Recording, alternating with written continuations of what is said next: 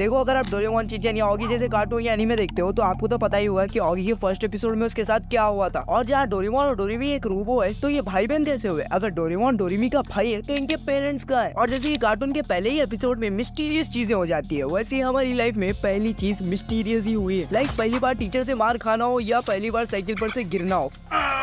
Not fast enough. First चीज का मजा ही बड़ा आता है। और इस वीडियो में हम कुछ ऐसे पॉपुलर कार्टून्स के फर्स्ट और लास्ट एपिसोड देखेंगे जो आपकी यादें ताजा कर देगा। आगे बढ़ने से पहले जैक मिक्स को सब्सक्राइब कर दीजिए क्योंकि कमाल की वैल्यूएशन मिलेगी आपको। और इस वीडियो पर 1000 लाइक्स होने पर मैं इसका पार्ट 2 भी अपलोड करूंगा क्योंकि मुझे पता है कि आप सबको कार्टून कंटेंट बहुत पसंद है। Number 15, real life anywhere door. Doraemon. इस एनीमे कार्टून में ऐसा कौन सा गैजेट है जिससे हम दुनिया के किसी भी कोने में जा सकते हैं? ऑब्वियसली यार, एनीवे डोर। वैसे डोरेमोन के फैंस को ये बात पहले से पता थी। इस एनीवे डोर से नोबिता स्कूल तो नहीं जाता था, पर घर बैठे इसने डोरेमोन के साथ पूरी दुनिया एक्सप्लोर कर ली। अब तो तुम भी एनीवे डोर से दुनिया को एक्सप्लोर कर सकते हो। वेट 1 सेकेंड, तुम ये मत सोचना कि ये डोर तुम्हें रियली में कहीं ले जाएगा, क्योंकि हमारी करंट टेक्नोलॉजी की बात करें तो एनीवे डोर बनाना नेक्स्ट टू इम्पॉसिबल है। ऐसा नहीं हम रियल नहीं बना सकते तो वर्चुअल भी नहीं बना सकते। तो ये चीज को जापान वालों ने पूरा किया, सिर्फ डोरेमोन की आर्मी के लिए ये वर्चुअल एनीवे डोर बनाया, जहाँ आप ये VR सेट पहनकर रियल वाले एनीवे डोर की वाइब ले सकते हो और इसे पहनकर सेम टू सेम डोरेमोन जैसी फीलिंग आती है।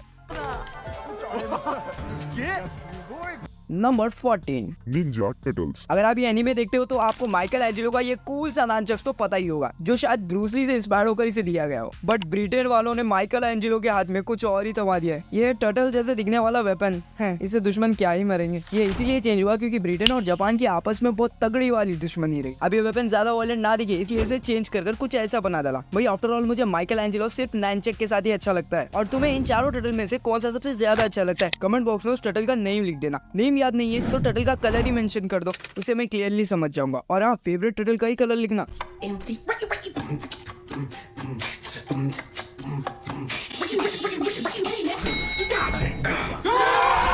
नंबर 13, ब्रो अगर तुम वीडियो के इस पार्ट में आ ही गए हो जहाँ हम बात करेंगे first and last episode of Oggy and the cockroaches. हमारी ऑडियंस ऑगी को अपना फेवरेट कार्टून मानती भी है ना, फिर भी उन्हें शायद ही ऑगी के फर्स्ट एपिसोड के बारे में पता होगा जो 6 सितंबर 1989 में आया था, जिसका नाम था बिटर चॉकलेट। जिसमें ऑगी अपने गार्डन में आराम कर रहा होता है, तभी उसके पास एक पार्सल आता है जिसमें एक चॉकलेट का बॉक्स होता है और ऑगी उस चॉकलेट को खाने वाला ही होता है। तभी टपक पड़ते कॉकरोचेस जो ऑगी के मारने पर भी नहीं मरते। एट द एंड ऑगी को वो चॉकलेट वॉशरूम में जाकर खाना पड़ता है। तो ये था bro Oggy and the cockroaches का फर्स्ट एपिसोड। इसका लास्ट एपिसोड की बात करें जिसका नाम था रन फॉर द शेल्टर, जहाँ जैक को कॉकरोचेस एक स्टोर रूम में बंद कर देते और बाहर कुछ और ही सीन चल रहा था, जहाँ कॉकरोचेस दुनिया के पापा जैक को सोल्जर टॉय से डरा रहे थे, पर ऐसा कुछ नहीं होता। अब दुनिया के पापा को आ जाता है गुस्सा जो कॉकरोचेस को भुगतना पड़ा। सो ये था ऑगी एंड द कॉकरोचेस का लास्ट एपिसोड। इसके बाद हमें पुराने वाले ऑगी का एक भी एपिसोड नहीं दिखाया गया, जो अभी चल रहा है सीजन 8, जहाँ ऑगी अपनी इंडियन फ्रेंड मिया को कॉकरोचेस से बचाता है उनकी बैंड बजाकर।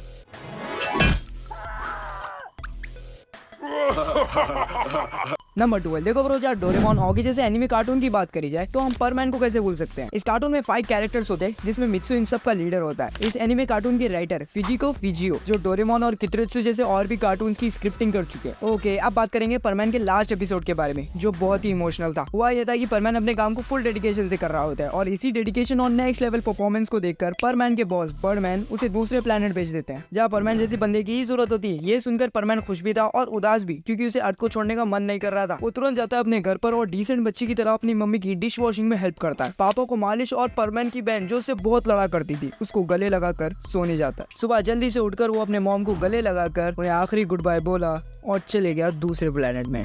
नंबर 11, रैटाटूई। वैसे तो ये एक कार्टूनिक मूवी है जिसमें ये रेड इस मूवी का मेन कैरेक्टर होता है जो शेफ बनना चाहता था, बट ये पॉसिबल तो है नहीं, इसलिए इसने दोस्ती की एल्फ्रेडो जो एक रेस्टोरेंट में जॉब करता था, बट इसे कुकिंग बिल्कुल भी नहीं आती थी। जब इस लड़के के हाथ और रेमी रेड का दिमाग मिल जाता है तो सब लोग हैरान हो जाते हैं। भाई ये मूवी कई कंट्रीज में पॉपुलर हुई है और कंट्रीज के अकॉर्डिंग किसी भी मूवी की डबिंग लैंग्वेज ऑब्वियसली चेंज होगी, बट इस मूवी पे कंट्री के अकॉर्डिंग सिर्फ लैंग्वेज ही नहीं कई चीजें चेंज हो गई है। जैसे इस मूवी के नेम को चेंज कर रैटाटूइंग बना डाला। सिर्फ नेम ही नहीं, एनिमेशन और स्टोरी में भी काफी चेंज किया गया। आप ये वाले एनिमेशन को देखकर इजीली समझ जाओगे कि ये इसी मूवी का चेंज वर्जन है।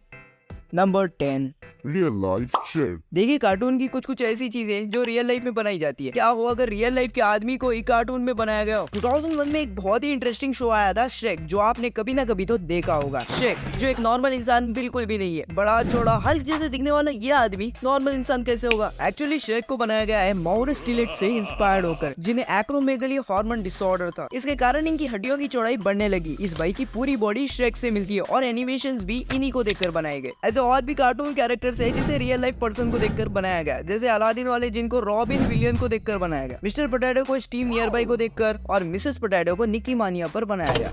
नंबर 9, Doraemon के पेरेंट्स। देखिए आपको तो पता ही होगा कि डोरेमोन और डोरेमी बहन भाई है। वैसे तो ये एक रोबोट है, फिर ये बहन भाई कैसे बने? अगर ये रियली में बहन भाई है तो इनके पेरेंट्स कहाँ हैं? यही सवाल मैंने गूगल से पूछा। काफी देर ढूंढने के बाद मुझे डोरेमोन के पेरेंट्स तो नहीं मिले, बट बहुत इंपॉर्टेंट इन्फॉर्मेशन मिली। जब डोरेमी और डोरेमोन को बनाया गया था, जब दोनों ने एक ही कैन से आपस में ऑयल शेयर किया था, तो जब मैं डोरेमोन के पेरेंट्स सर्च कर रहा था तो मुझे नोबिता के पेरेंट्स को ही दिखाया गया। इससे हमें पता चला कि ये एनीमे में डोरेमोन के पेरेंट्स ये ही है। भाई आगे वीडियो में मैं आपको फीचर के कुछ ऐसे चीजें दिखाऊंगा जिसे यूज कर आपको बड़ा मजा आएगा। भाई सेकंड वाली चीज तो बहुत ही ऑसम है। Number 8, Tom and Jerry। भाई इस कार्टून में कई फिल्म्स के सीन्स दिखाए गए, जैसे पुष्पा का सिग्नेचर डांस ही ले लो जो इस कार्टून में दिखाया गया। और ये तो कुछ भी नहीं है, टॉम एंड जेरी में और भी ऐसे सीन्स है जो RRR से मैच करते हैं, तो गौर से देखना।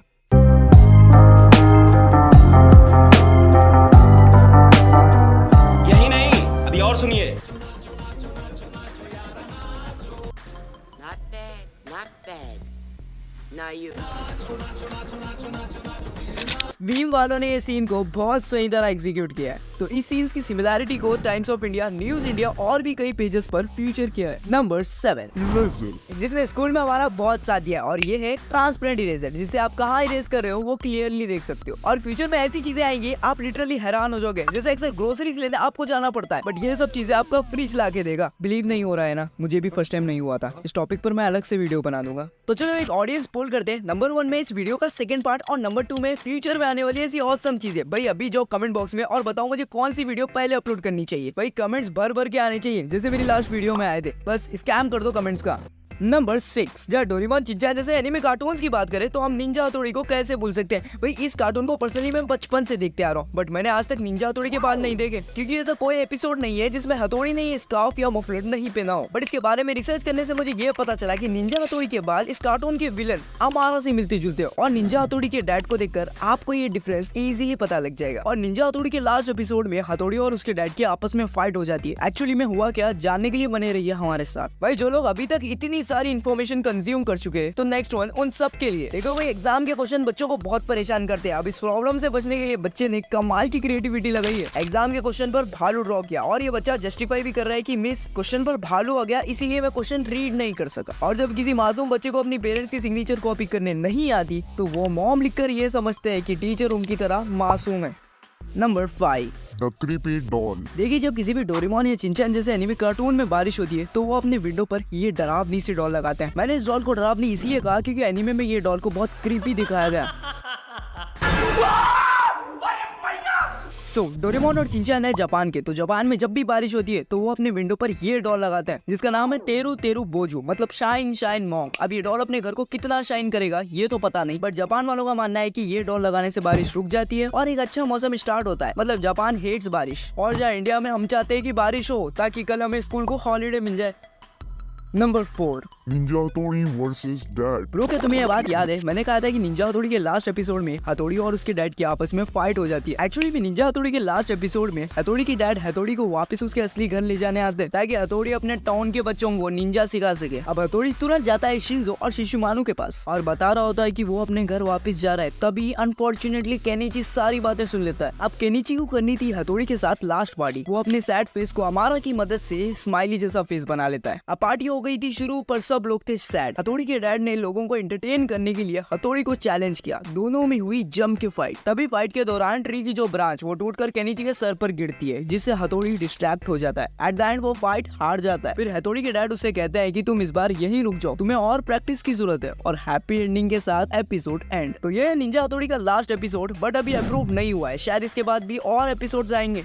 Number 3, Mr. Bean. हमारे फनी बीन की शुरुआत हुई थी 2002 में और एंड हुआ 2004 में। इस टाइम पीरियड के बीच में मिस्टर बीन के 52 एपिसोड्स बनाए गए। और रही बात रियल वाले मिस्टर बीन की, तो 15 एपिसोड्स ही बन सके। एनिमेटेड मिस्टर बीन में 52 एपिसोड्स है और 52 एपिसोड ही लास्ट एपिसोड है, जिसका नाम है ट्रॉफी बीन, जिसमें लेडी हाउस ओनर, जिसे बीन बहुत इरिटेट होता था, इस लेडी ने अपने नेफ्यू को मिस्टर बीन को सौंप दिया, जो इसे और भी इरिटेट कर रहा था। इस लड़के के पास 2 कंपटीशन के टिकट्स थे, जिससे मिस्टर बीन और इस बच्चे में बैटल गेम्स होते हैं। वो जाते हैं कंपटीशन में, फिर एक के बाद एक सारे गेम्स खिलाए जाते हैं, जिसमें मिस्टर बीन ही जीत रहा था। छोटे बच्चे से कंपटीशन करोगे तो ऑब्वियसली जीतोगे ही ना। वो ऐसी सिचुएशन में मैं रहता था ना, तो इस बच्चे को ही जीतने देता। अब आ जाते हैं एपिसोड के एंड में, जहाँ हम जो सोचते रहते हैं उसका उल्टा ही हुआ, जहाँ कंपटीशन के लास्ट गेम में ही मिस्टर बीन फंस जाता है। मिस्टर बीन को ये रोप से बाहर निकालने के लिए सिर्फ ये बच्चा ही था इसकी लास्ट होप। बट इस बच्चे की एक डील थी, वो ये थी कि मैं बीन को बचाऊंगा, तुम्हें बदले में मुझे ये ट्रॉफी देनी पड़े। एट द एंड वो बीन को बचाकर ट्रॉफी अपने नाम ले लेता है। हाँ भाई, ये फोटो देखकर आज पता चल गया कि बच्चे भी कभी कभी बहुत दिमाग चला लेते हैं, जो बड़े नहीं कर पाते।